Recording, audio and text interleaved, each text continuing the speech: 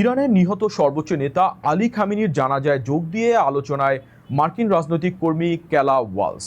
খামেনিকে সর্বশ্রেষ্ঠ সাম্রাজ্যবাদ বিরোধী নেতা বলে তার মন্তব্য ঘিরে শুরু হয়েছে তীব্র বিতর্ক। কেন তিনি এমন মন্তব্য করলেন এবং এ নিয়ে কি প্রতিক্রিয়া তৈরি হয়েছে, জানুন বিস্তারিত এই প্রতিবেদনে।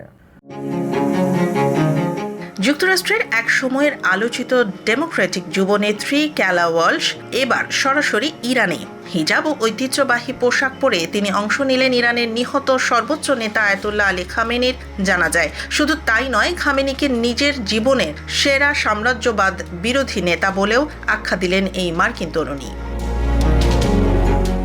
গত ২৮ ফেব্রুয়ারি ইসরায়েলি বিমান হামলায় নিহত হন ইরানের সর্বোচ্চ নেতা আয়াতুল্লাহ আলী খামেনি। তার মৃত্যুতে ইরানে শুরু হওয়া ৬ দিনব্যাপী রাষ্ট্রীয় জানাজা অনুষ্ঠানে যোগ দিতে লেবানন থেকে তেহরানে পৌঁছান ২২ বছর বয়সী আমেরিকান অ্যাক্টিভিস্ট ক্যালা ওয়ালস। ইরানের রাষ্ট্রীয় গণমাধ্যম প্রেস টিভিকে দেয়া এক সাক্ষাৎকারে ক্যালা বলেন, খামেনি ছিলেন বিশ্বের সেই সব মানুষের নেতা যারা সাম্রাজ্যবাদ, অহংকার, জায়নবাদ এবং গণহত্যার বিরুদ্ধে লড়াই করছে।